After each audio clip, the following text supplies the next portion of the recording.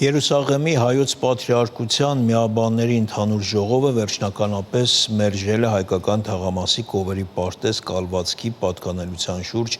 վեճի վերաբերյալ խաղաղ հաշտություն կնքելու տարբերակը։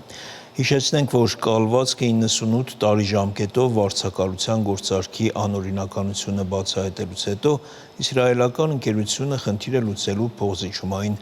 տարբերակ էր առաջարկել։ Շարունակենք թեման Արտյոմ Երկանյանի հետ, Արտյոմ, ինչ մանրամասներ են հայտնի։ Հիշեցնեմ, որ վեճը սկսվել էր դեռևս 21 թվականի հուլիսին, երբ հայոց պատրիարքությունը այսպես կիսաօրինական կամ միգուցե անօրինական գործարքեր կնքել մի իսրայելական ընկերության հետ,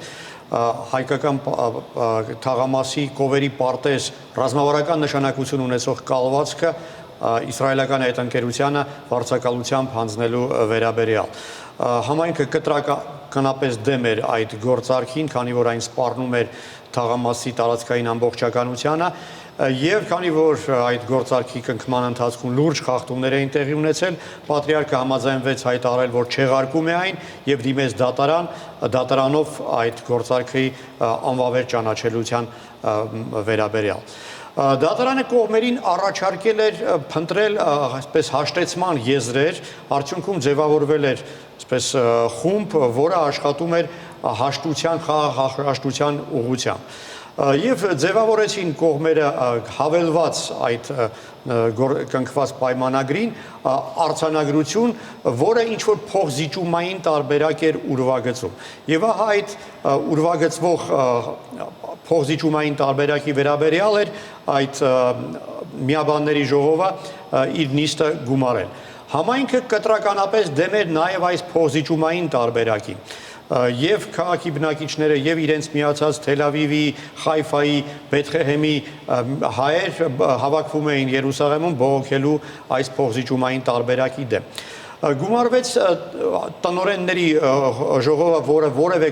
կոնկրետ որոշում չկայացվեց, եւ վերջապես արդեն միաբանների ժողովը իր նիստը գումարեց վերջնական իր խոսքը ասելու համար։ Եվ երեք երեկոյան իմացանք, որ ձայների մեծամասնությամբ միաբանների ժողովը հայտարարեց, որ մերժում է այդ փոխզիջումային տարբերակը եւ չի հաստատում այդ հավելվածը, որը առաջարկվում էր կնքել եղած պայմանագրին կից։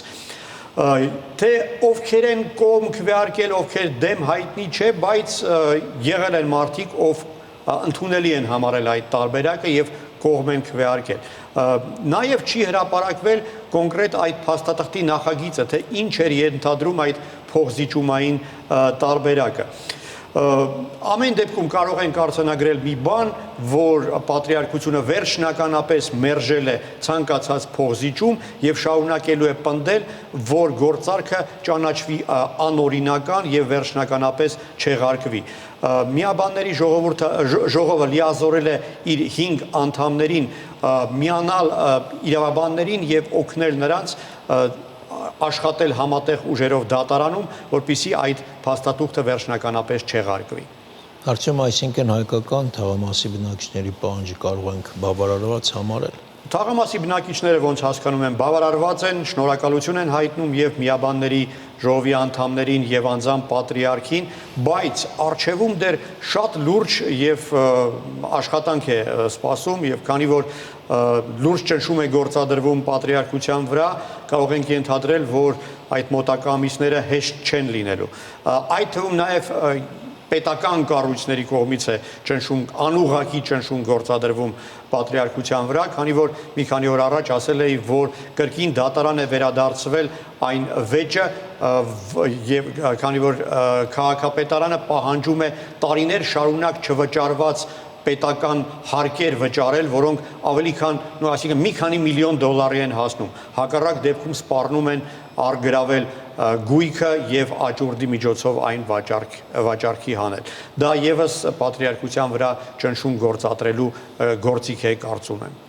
Արտյոմ, իսրայելական հասարակությունը այս վեճը ինչպես է ընկալում։ Դե ըստ որոշ տեղեկությունների այդ ընկերությունը, որը կողմ է հանդիսացել այդ գործարքի, վերահսկվում է կամ սպասարկում է ծայրահեղական հուդայական կազմակերպություններից մի քանիսին, բայց հասարակությունում վերաբերմունքը ամենևին էլ միանշանակ չէ։ Եվ ընդամենը մի քանի օր առաջ մի խումբ հեղինակություն ունեցող մտավորականներ իսրայելացի հանդես եկան համատեղ հայտարարությամբ, որով իրենց համերաշխությունը հայտնեցին հայոց պատրիարքությանը եւ Իսրայելի հայերին։ Այդ փաստաթուղթը հայտարարում է, որ